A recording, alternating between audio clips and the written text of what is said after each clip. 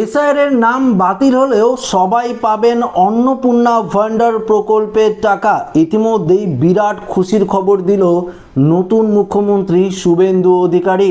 হ্যাঁ বন্ধুরা, তো এই মুহূর্তে শুভেন্দু অধিকারীর তরফ থেকে কি জানানো হয়েছে আজকের এই ভিডিওতে আপনাদেরকে এই বিষয়ে একদম বিস্তারিতভাবে জানিয়ে দেব। তো আশা রাখবো ভিডিওটিতে আপনারা প্রত্যেকেই প্রথম থেকে শেষ পর্যন্ত সঙ্গে থাকবেন এবং নতুন হয়ে থাকলে চ্যানেলটিকে সাবস্ক্রাইব করে পাশের দেওয়া বেল আইকনটিকে প্রেস করে অল নোটিফিকেশনটিকে বাজিয়ে দেবেন। তো বন্ধুরা, আপনারা প্রত্যেকেই জানেন যে ইতিমধ্যেই মুখ্যমন্ত্রী শুভেন্দু অধিকারী এবং পরিষ্কারভাবে কিন্তু তিনি জানিয়ে দিয়েছেন যে যারা এসআইআর এর নাম বাতিল হয়েছে তারা রাজ্য সরকারের কোনো প্রকল্পে সুযোগ সুবিধা পাবেন না। তবে এই মুহূর্তে একটি গুরুত্বপূর্ণ আপডেট উঠে এসেছে এবং শুভেন্দু অধিকারীর তরফ থেকেও বলে দেওয়া হয়েছে, অগ্নিমিত্রা পালের তরফ থেকেও জানিয়ে দেওয়া হয়েছে যে যদি আপনাদের এসআইআর এর নাম বাতিল হয় তারপরও আপনারা কিন্তু অন্নপূর্ণা ভান্ডার প্রকল্পের টাকা পাবেন। এই নিয়ে অগ্নিমিত্রা পাল এবং শুভেন্দু অধিকারীর তরফ থেকে কি জানানো হয়েছে সেটাই আজকের এই ভিডিওতে অর্থাৎ এই প্রতিবেদনে তুলে ধরবো। তো একটু মনোযোগ সহকারে যদি আপনারা দেখেন ভিডিওটি তাহলে পরিষ্কারভাবে বুঝতে পারবেন। লক্ষ্মীর ভান্ডারের পরবর্তী রাজ্যে চালু হতে চলেছে অন্নপূর্ণা ভান্ডার প্রকল্প। আপনারা প্রত্যেকেই জানেন লক্ষ্মীর ভান্ডারের পরিবর্তেই কিন্তু রাজ্যে অন্নপূর্ণা ভান্ডার প্রকল্প চালু হচ্ছে। রাজ্যের মহিলারা মাসিক ৩,০০০ টাকা করে আর্থিক সহায়তা পাবেন এই প্রকল্পের মাধ্যমে। ১ জুন থেকেই সুবিধা পেতে চলেছে উপভোক্তারা। তবে ঠিক কারা পাবেন এই সুবিধা? নতুন উপভোক্তারা কি আবেদন করতে পারবে লক্ষ্মীর ভান্ডারে? যারা পেতেন শুধু তারাই কি কেন্দ্রের এই সুবিধা পাবেন? দেখুন, এই নিয়ে নানান সংশয় তৈরি হয়েছে। বিষয়টি নিয়ে বুধবার বিস্তারিত জানালেন নারী শিশু জনকল্যাণ দপ্তরের মন্ত্রী অগ্নিমিত্রা পালও। দেখুন কি বলেছে, বিধানসভার শপথ নেওয়ার পরই রাজ্যের এই প্রকল্পের ব্যাপারে বিস্তারিত জানান অগ্নিমিত্রা পাল। মন্ত্রী বলেছেন যারা লক্ষ্মীর ভান্ডার পাচ্ছিলেন তারা সবাই কিন্তু অন্নপূর্ণা ভান্ডার প্রকল্পের টাকাও পাবেন।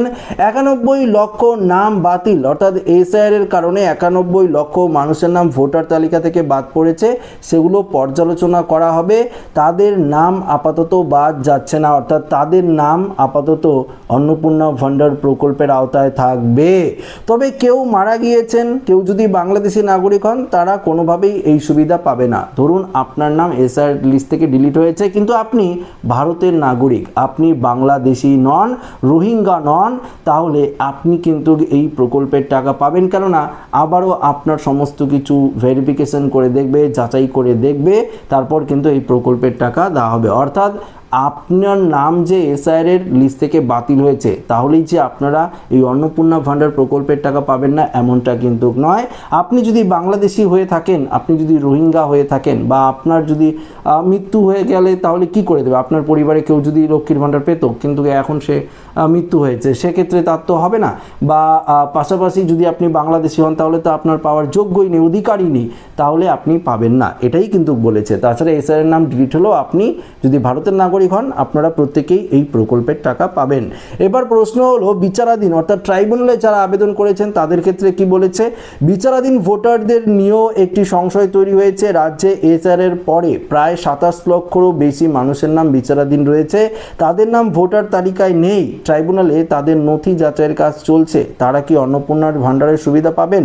মন্ত্রী বলেন যাদের নাম ট্রাইব্যুনালে রয়েছে তারা এই প্রকল্পের সুবিধা পাবেন, তাদের নাম কাটা যাবে না। যারা সিএ এর জন্য আবেদন করেছেন তাদের নামও বাদ যাবে না। তো পরিষ্কার বুঝলেন, ট্রাইব্যুনালে যদি আপনারা আবেদন করেও থাকেন তাহলেও আপনারা কিন্তু এই প্রকল্পের সুবিধা পাবেন। যদি আপনারা সিএএ তেও আবেদন করে থাকেন তারপরেও আপনারা এই প্রকল্পের সুবিধা পাবেন। এটা কিন্তু পরিষ্কারভাবে জানিয়ে দিয়েছে রাজ্যের মুখ্যমন্ত্রী শুভেন্দু অধিকারী। দেখুন কি বলেছে, যে সমস্ত মহিলাদের লক্ষ্মীর ভান্ডার প্রকল্পের নাম অন্তর্ভুক্ত রয়েছে তাদের কোনো চিন্তা নেই। তবে নতুন আবেদন কিভাবে হবে? মন্ত্রী অগ্নিমিত্রা পাল জানিয়েছেন আগে এই প্রকল্পে আবেদন দুয়ারের মাধ্যমে নেওয়া হতো, এখন অনলাইনে এই প্রকল্পের আবেদন পাওয়া যাবে। তাদের বক্তব্য, আমরা খুব দ্রুত অন্নপূর্ণা ভান্ডার অনলাইনে আবেদনের ব্যবস্থা করছি। যে মহিলারা শিক্ষিত নন তাদের সুবিধার জন্য এই প্রকল্পের আবেদন প্রক্রিয়া খুব সহজ করা হবে। মা বোনরা যাতে অনলাইনে আবেদন করতে পারে সেই ব্যবস্থাই কিন্তু খুব দ্রুত করা হচ্ছে। তো আপনার মনে যে সংশয়টা ছিল যে আপনার নাম এসআরএর লিস্ট থেকে বাতিল হয়েছে মানে আপনারা এই প্রকল্পের সুবিধা পাবেন না, তেমনটা কিন্তু নয়। আপনি যদি ভারতের নাগরিক হয়ে থাকেন, আপনি যদি বাংলাদেশের নাগরিক না হয়ে থাকেন, আপনি যদি রোহিঙ্গা না হয়ে থাকেন, তাহলে অবশ্যই আপনি এই প্রকল্পের সুবিধা পাবেন। আপনার নাম যদি ট্রাইব্যুনালেও থাকে, আটকে থাকে, এখনও ভেরিফিকেশন হয়নি, তারপরও আপনারা এই প্রকল্পের সুবিধা পাবেন। আপনি যদি সিএএ তেও আবেদন করে থাকেন, সেক্ষেত্রেও আপনি এই প্রকল্পের সুবিধা পাবেন। এটা কিন্তু পরিষ্কারভাবে রাজ্য সরকারের তরফ থেকে জানিয়ে দেওয়া হয়েছে। তো বন্ধুরা, আশা রাখবো এই ভিডিওটিতে আপনারা সম্পূর্ণ ইনফরমেশন পেলেন এবং সঠিক ইনফরমেশন পেলেন। তো ভিডিওটি ভালো লাগলে লাইক করবেন, বন্ধুদের সাথে শেয়ার করবেন, নতুন থাকলে চ্যানেলটিকে সাবস্ক্রাইব করে আমাদের সঙ্গে জুড়ে থাকবেন। ধন্যবাদ।